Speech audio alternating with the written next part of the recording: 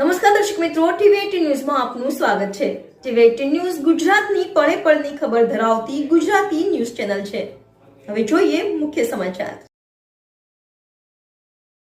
Social મીડિયામાં જોવા મળે છે કેટલાક સંપ્રદાયના સાધુ મહંતોના વિડીયો સાંભળવા મળે છે।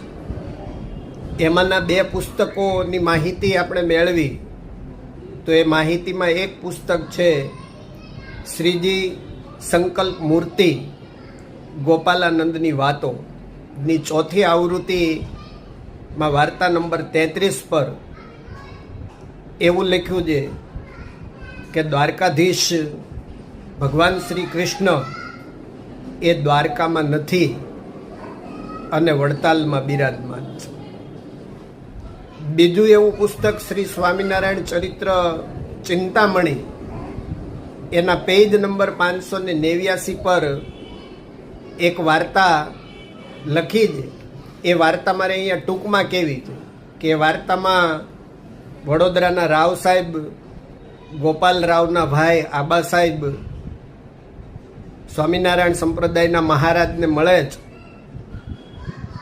અને એવું કહે છે કે મારે દ્વારકાધીશના દર્શન કરવા જવું। ત્યારે મહારાજ એમ કહે છે કે દ્વારકા જશો તો ત્યાં માત્ર પરોક્ષ મૂર્તિ રૂપે દર્શન થશે અને વડતાલ જશો તો દ્વારકાધીશના સાક્ષાત દર્શન થશે।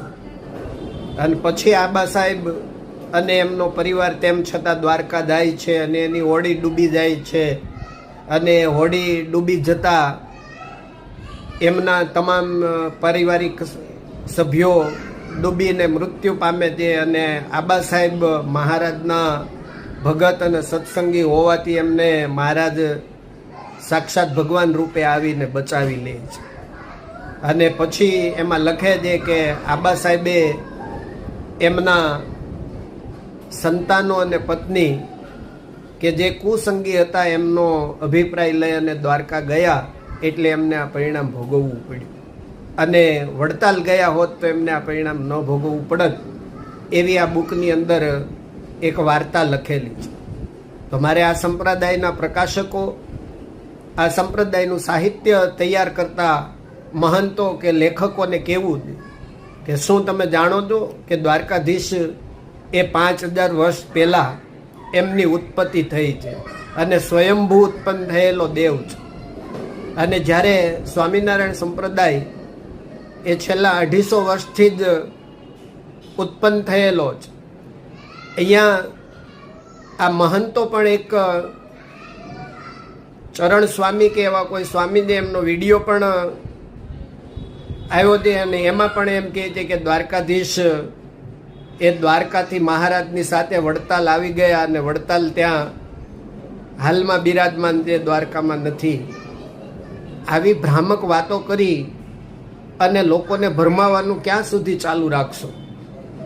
આવા સનાતન ધર્મના પુસ્તકો સાથે, સનાતન ધર્મના દેવી દેવતાઓ સાથે, અરે આ શ્રીજી સંકલ્પ મૂર્તિ પુસ્તકની અંદર અન્ય દેવી દેવતાઓ, એમાં ચામુંડા માતાજીની એક વાર્તા લખી છે કે મહારાજના ચરણે ચામુંડા માતાજી આવે છે અને ચામુંડા માતાજીને મુક્તિ અપાવી દીધી અને હવે તમારે નિવેદ કરવાની જરૂર નથી। એટલે આ સૃષ્ટિનું સર્જન થયું ત્યાં પહેલાંથી આ દેવીઓનું સર્જન થયું છે।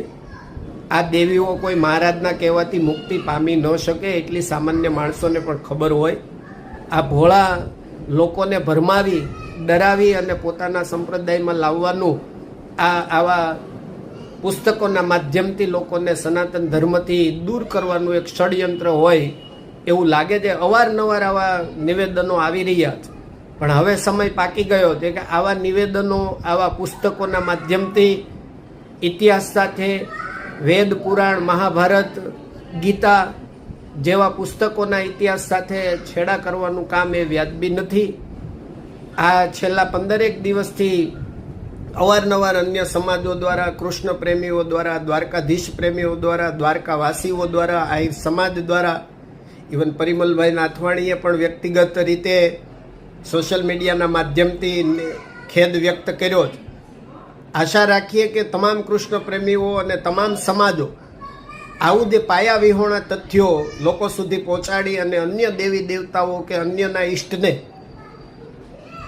નીચા દેખાડવાનું કામ કરી રહ્યા છે, એનો અમે સખત વિરોધ કરીએ છીએ. અમે તો દ્વારકાધીશના વંશજો જ આહિર સમાજમાંથી આવીએ છીએ. પહેલું દુઃખ અમને થાય એ સ્વાભાવિક છે, અને એટલે આહિર સમાજે દ્વારકાથી અને સુરતથી વિરોધની શરૂઆત કરી દીધી છે.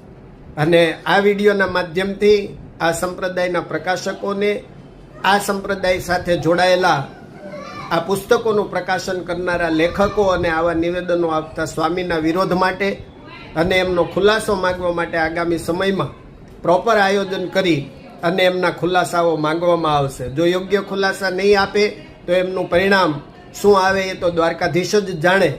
એવી આશા સાથે સૌને સારું થાય અને સૌની બુદ્ધિ સ્થિર રહે.